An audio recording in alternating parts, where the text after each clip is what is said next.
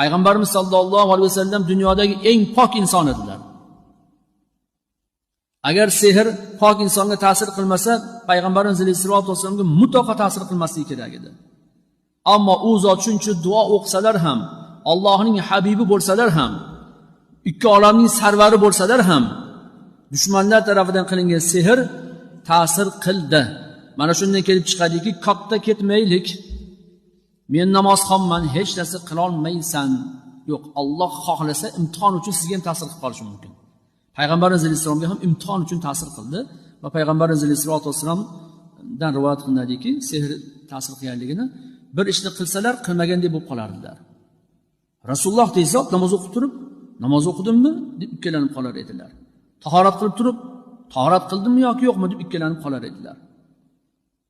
Demak, mana shunaqa shubhalar paydo bo'laversa, bu sehr joduning alomati bo'lib qoladi.